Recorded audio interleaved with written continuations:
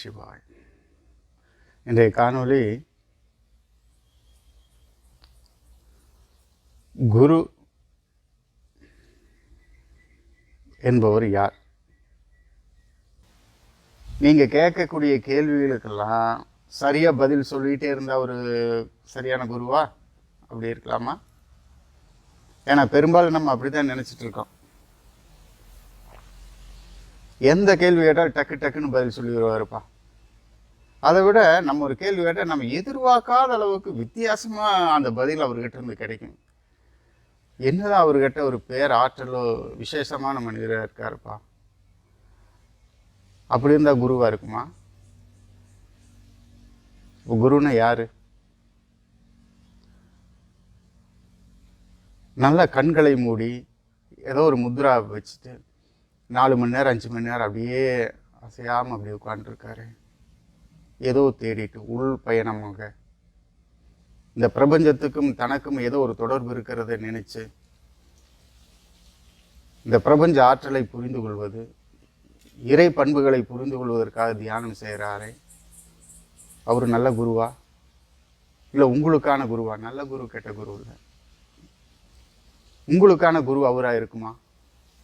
கேள்வி பதில்கள்லாம் சொல்கிற ஒரு அதிசயமான விடையை கொடுப்பவர் அவர் குருவாக இருப்பாரா?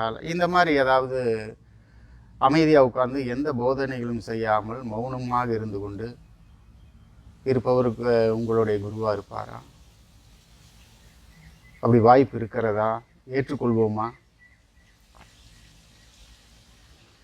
இல்லை பூசை புனஸ்காரங்கள்லாம் செய்து கொண்டு பெரிய உபாசனா முறைகள்லாம் செஞ்சுட்டு 24 மணி நேரம் அனுஷ்டானங்கள் ஆச்சாரங்களாக செஞ்சுட்டு இருக்கக்கூடியவர், அப்படி யாராவது குருவாக இருந்தால் நம்ம ஏற்றுக்கொள்வோமா? நம்ம நினைக்கிற குரு எப்படி இருப்பார்? இன்னும் பலவிதமான குருமார்கள் இருக்காங்க. சும்மா ட்ராவல் பண்ணிகிட்டே இருப்பாங்க. ஒரு சில குரு பார்த்தீங்கன்னா ஹிமாலயா, அங்கே பத்ரிநாத், இப்படி எல்லாம் அப்படியே பயணம் செய்துட்டு யாத்திரையிலேயே இருப்பாங்க. அவங்களுக்கு தனியாக ஒரு பீடம் இருக்காது, அவங்களுக்குன்னு ஒரு ஆசிரமம் இருக்காது. இறைவனை தேடி யாத்திரையிலேயே இருப்பார். எனக்கு தெரிந்தவர்கள் நிறைய அப்படி நடைபயணங்களாகவே செய்யக்கூடியவங்களாம் இருக்காங்க, இப்பவும் இருந்திருக்காங்க. மகா குருக்கள்லாம் இங்கே இருந்திருக்காங்க. காரிலும் கூட ஏறாத குருமார்கள் எல்லாம் இருந்திருக்காங்க நடைபயணமாக. அதான் மகா பாகியம் அவங்களையெல்லாம் நம்ம பார்க்கறது. அந்த மாதிரியான குரு இருந்தால் நமக்கு சரியா படுமா? இப்படி பலவிதமான குருமார்கள் இருக்காங்க. நீங்கள் தேர்ந்தெடுக்கக்கூடிய குரு எப்படி இருப்பார் அப்படின்னு நீங்கள் முடிவு பண்ணணும். உங்களுக்கு வசதியான குருவை நீங்கள் தேர்ந்தெடுத்துட்டு அவர் தான் குருன்னு சொன்னீங்கன்னா ஆன்மீகத்தில் நீங்கள் ஏமாந்துருவீங்க. உங்கள் எண்ணம் போலயே அவர் உங்களுக்கு அனுசரித்து இருக்கணும் அப்படின்னு நீங்கள் குருநாதர் எதிர்பார்க்காதீங்க, தயவு செய்து.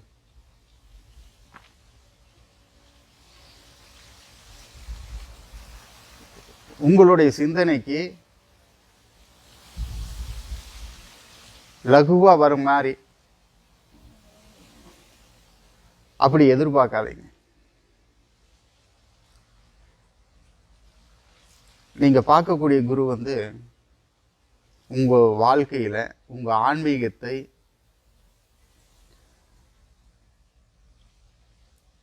உள்ளிருக்கும் ஆன்மீகத்தை, உங்களுக்குள் இருக்கும் ஆன்மீகத்தை வெளிக்கொண்டாடக்கூடியவராக இருக்கணும்.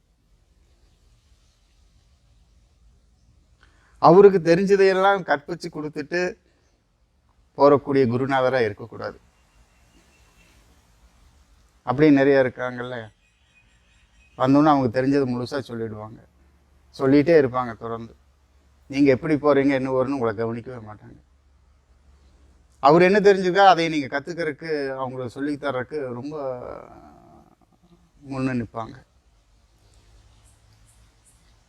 எனக்கு தெரிந்த செய்தி, நான் கற்றுக்கொண்ட ஆன்மீகம் உங்களுக்கு சரியாக வரும்னு எப்படி சொல்வது?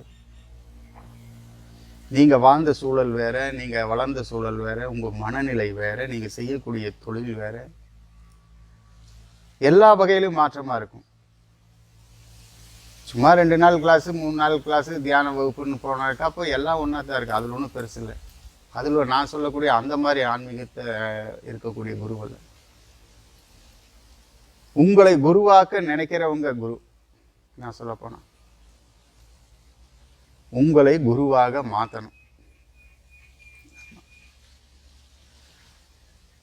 அப்படி ஒருவர் செய்வார் என்றால் அவர் குரு. வேற என்ன அதுக்கு டெஃபினேஷன் என்ன சொல்ல வேண்டிய அவசியம். ஆனால் தயவு செய்து இந்த ஆன்மீகத்தில் பல வழி இருக்குது. அந்த வழிகளில் நீங்கள் எதுன்னு குறிப்பிட்டதை நீங்கள் தேர்ந்தெடுங்க. முதல்ல ஆன்மீகத்தில் யாருமே இல்லைனாலும் இறைவனே குரு உங்களுக்கு, அது வேற. அது ரொம்ப அற்புதமான நிலை. ஒருவர் வந்து வழிகாட்டியே கடவுளை காமிக்கணுங்கிற அவசியம் இல்லை. ஓப்பனாக சொன்னால் இப்படி தான் சொல்ல முடியும். ஒருவர் வந்து அடையாளம் காமிச்சு உங்களுக்கு இறைவன் இதுதான் அப்படின்னு உங்களுக்கு இறைய வழியில் உங்களை நடத்தி செல்லணுங்கிற விஷயம் தேவையே படாது. இறைவனே உங்களுக்கு குருவாக இருப்பார், வழி காமிப்பார். அதற்கு முன்னே ஒரு நல்ல ஒரு அற்புதமான குருவை நீங்கள் தேர்ந்தெடுக்கிறது அவசியம்தான். ஆனால் இல்லைனாலும் நீங்கள் கவலைப்பட வேண்டியதில்லை.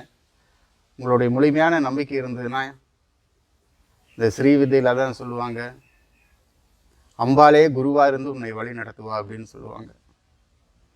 அது மாதிரி நீங்கள் செய்யக்கூடிய நீங்கள் வணங்கக்கூடிய தேவதைகளே உங்களுக்கு குருவாக அமைய வாய்ப்பு இருக்குது. அப்படி தேவதைகளின் அருள் பெற்ற குருமார்கள் உங்களுக்கு கிடைச்சிக்கிட்டா அதை விட பாக்கியம் உங்களுக்கு வேறு எதுவுமே இல்லை. ஆனால் இதெல்லாம் ஒரு செயலாவோ இல்லை ஒரு பயிற்சியாவோ இல்லாமல் இறைவனுடைய பாதத்தை தொடுவதற்கான, அவருடைய அருள் கடாட்சம் கிடைப்பதற்கான, ஞானத்தை உள்வாங்குவதற்கான விஷயமாக இந்த குரு தேடல் உங்களுக்கு இருக்கணும். வாழ்க்கையில் இருக்கக்கூடிய எண்ணற்ற பிரச்சனைகளை தீர்ப்பதற்காக குருவை தேட வேண்டாம். இது என்னுடைய பணிவான வேண்டுதல். குரு என்பவர் இறைவனை அடையாளம் காமிக்கக்கூடியவராக இருப்பார். இறையின் வழியில் நடத்துவதற்கான ஒரு ஒழுக்கமான வழியை காமிப்பவராக இருப்பார். தான் பெற்ற இன்பத்தை பிறரும் அனுபவிக்கணுங்கிற அந்த ஞானத்தை கொடுக்கக்கூடியவராக இருப்பார் குரு. தாயுமாயும் தந்தையுமாயும் இருப்பார். அப்படி ஒரு குரு நமக்கெல்லாம் கிடைக்கப்பெற்றால் நாமும் ஒரு நல்ல சீடராக ஆக முடியும். ஏன் நாமும் ஒரு நல்ல குருநாதராக மாற முடியும். பிறருக்கு நல்ல விஷயங்களை, இறை சம்பந்தப்பட்ட விஷயங்களை அவர்களுக்கு சொல்லித்தர முடியும். சகல ஐஸ்வர்யங்களும் பெற்று இறைநிலை அனுபவத்துடன் வாழ். நம சிவாய். பரிபூரணம்.